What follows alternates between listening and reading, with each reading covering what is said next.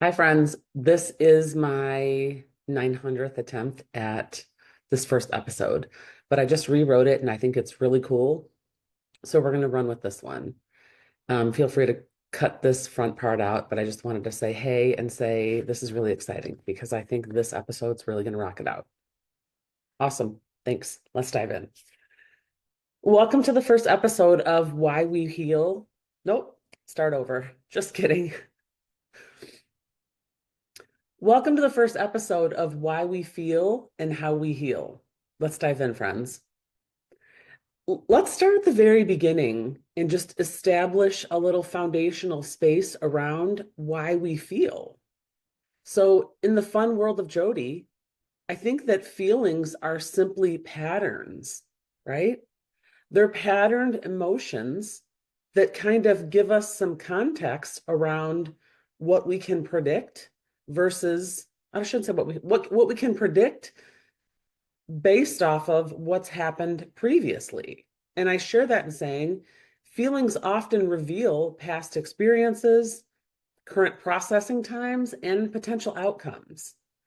And feelings are really connected to the way that we see the world and the way that we've experienced the world around us, and also the resources that we believe we have access to. Feelings also reveal beliefs, values, judgments, concerns, and a whole lot of other things that kind of are all embedded and woven together in these different patterns that we've picked up along the way. So I just want to share too that we only have access to the level of emotion that we've allowed ourselves to experience.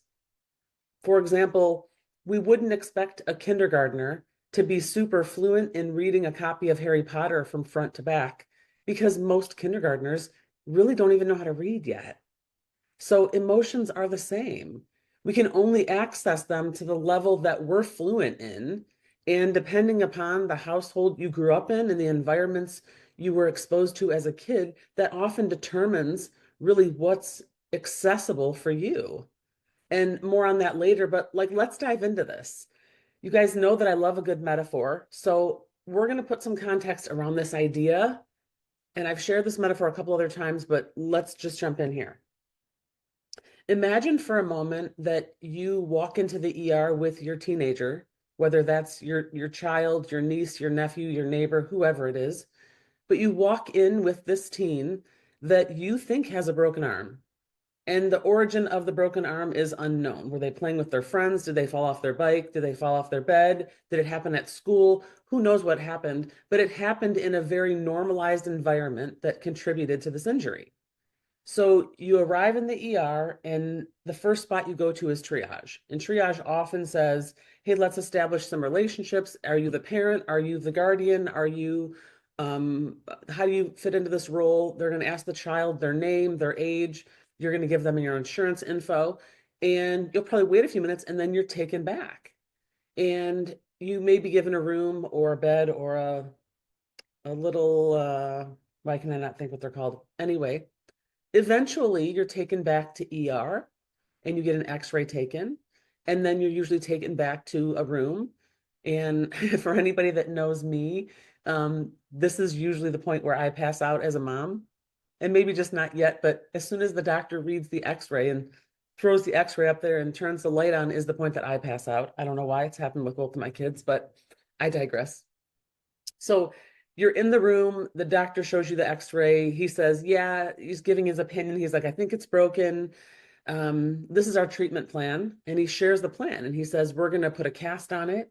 We are going to possibly immobilize it. We're going to even put a sling on it. And we really want to keep it still and steady and allow it the time and space to heal. And so he's probably going to tell you it's going to stay on for 4 to 6 weeks. Not sure what that looks like. And then he's going to talk about like PT and OT, right? He's going to talk about physical therapy and occupational therapy. And he's going to lead you to both. And so OT is going to come in and say, hey, do you need any accommodations at home? Do you need any accommodations at school? Do you need accommodations for work, for sports, for whatever it is, right? The goal with all of that is to protect the injury at all costs. and to give it the proper time and space and immobilization while still going about your normal life and giving it space to heal. And so maybe after 4 to 6 weeks, the cast comes off and you move into a brace. Maybe then you shift into PT. And I know you guys are thinking, Jody, what the hell does this have to do with feelings, right? Stay with me. Let's revisit this idea really quickly, and we're going to make a couple of edits to the story. So imagine you have the same teen, the same ER, hailing from the same normalized environment. Yet this time when you show up to the ER, the injury is invisible. And I'm saying it's invisible because you can't see it. The injury that you're walking in with is a mental health challenge. Whether it's an anxiety attack, a depressive moment, a possible challenge on their own life, an uncontrollable behavioral outburst, whatever it is, the child is experiencing big, huge emotions that are dramatically outside of the context that the kid can control them. So whatever challenge it is, it's very invisible and it's also very real. Same scenario. You're in triage, you're establishing relationships, you're checking on insurance, you're taken back, right? And instead of an x-ray, you're probably going to get a visit from a social worker or someone in that context, whoever's in the ER that day or in the hospital. Depending upon what the social worker and your child talks about, you may also have a psych eval, right? So somebody from the world of mental health is going to come down, right? Mental health professional is going to come down and say, hey, I'm going to chat with this kid and see what surfaces for me. Then there's probably a small meeting that's going to happen between a doctor, a nurse, the mental health professional, the social worker, and then somebody else is going to come back in and I'm saying give you a diagnosis and say, hey, this is our opinion. This is what we're thinking right now. We're thinking, hey, this was an anxiety attack, or we're thinking this was X, Y, and Z. And from there, they share their treatment plan, much like the broken arm, right? However, these treatment plans often look like, hey, here's a phone number. This is a referral I'm going to give you for talk therapy, or this is a referral I'm going to give you for a psychiatrist, a psychologist, a psychotherapist, a counselor, a social worker, whoever it is. And they're going to ask you to leave there and to follow up with your GP, either before or after, depending on if you need a referral, and take it from there, right? Let me pause and say, this child is not leaving the ER with a cast. They're not leaving with a sling. They're not leaving with a prescription for OT. There's no accommodations that are going to be made at their house, at their school, in their sport, at their job, to their physical being. There's no immobilization of the injury that they came in with. And maybe we could say, okay, maybe there is PT, right? Maybe PT is the talk therapy. Maybe the talk therapy is what gets the kid some type of a solution, right? And most talk therapy, depending on who the provider is usually going to lead to a quick diagnosis. And more often than not, that diagnosis includes a prescriptive solution, meaning they're going to offer medication as the solution. And I pause again and say, can you even begin to imagine for a moment leaving the ER with a broken arm, not in a cast or in a sling, with zero protective measures, but with a handful of pain meds as the long-term and short-term solution? Yet we as a society have normalized this approach. And to make matters worse, we've normalized this for kids, for teens, and for young adults to medicate the symptom and keep it moving, right? The kid shows up in the ER with a mental health challenge and leaves with the same lack of access to their very own, very large, big emotions, and the pattern repeats. The anxiety attacks get bigger, the depression gets deeper, the meds get stronger, and oftentimes the behavior worsens or snowballs into the next behavior. The kid is often labeled, medicated, stigmatized, and left to their own devices, even though there's a couple outliers helping.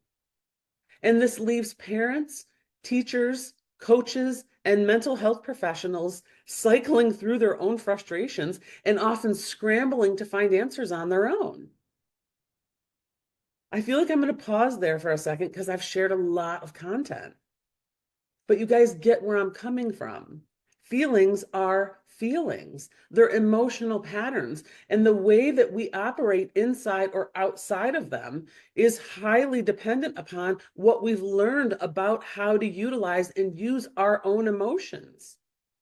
And as soon as we stop engaging with them, they stop working for us and they often work against us. I want to start to surface an idea about awareness. How consciously aware are we about where these patterns show up in our families? How conscious are we of where these patterns show up or start or have root systems inside our relationships? How does all this weave its way into all of our professional spaces? And what can we start learning? And how do we start creating new patterns and inviting new exploration of emotions so that we can start leaning into not only our own healing, but leaning into helping the kids around us? Let me pause for a second and share this. From teen mom to doctoral student, I know I've walked a road that most people will never. I've seen the highest of highs and the lowest of lows. And I've been invited to some really cool conversations. I've sat at tables with incredible human beings. I've been honored to be parts of historical teams, powerful moments, and things that I can't even begin to describe. In that same light, I've also been part of and products of other systems that did not work for me. I've been part of things that hindered my growth, that crushed my spirit, and that paralyzed me dead in my tracks. Yet the totality of all of those is this current today version of Jody that really demands this exploration of what we've created and normalized as what I would reference as a toxic culture. So I share that in saying the road that I've walked created some really cool insight on how systems work, where cultures emanate from, why people do the things they do, and how patterns get repeated again, again, again, and again. And what I'd love to share with all of you is how all of those things are connected, the role you play in them, and in my humble opinion, how all of these things maintain our highly dysfunctional society. If any of this piques your interest, head over to jodygibson.com and submit a question or subscribe to the podcast. I'd love to hear your thoughts on this topic. We're going to jump into another episode next, but subscribe to this. Follow me on Instagram. I'm also toying with the idea. Let me pause and say, follow me on Instagram. My handle is at Jody Gibson. For anybody that doesn't know, Jody is Jodee. Gibson is Gibson. My handle on all social media platforms is at Jody Gibson. I'm toying with an idea of creating an inner circle where we can take this conversation offline and dig way deeper. So if that speaks to you and that sounds like something you might be interested, DM me on Instagram and just say, I'm in.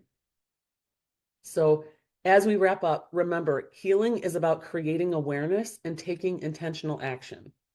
In my famous words, it doesn't matter where you started. What matters is what you're willing to learn in order to heal. Thanks, friend.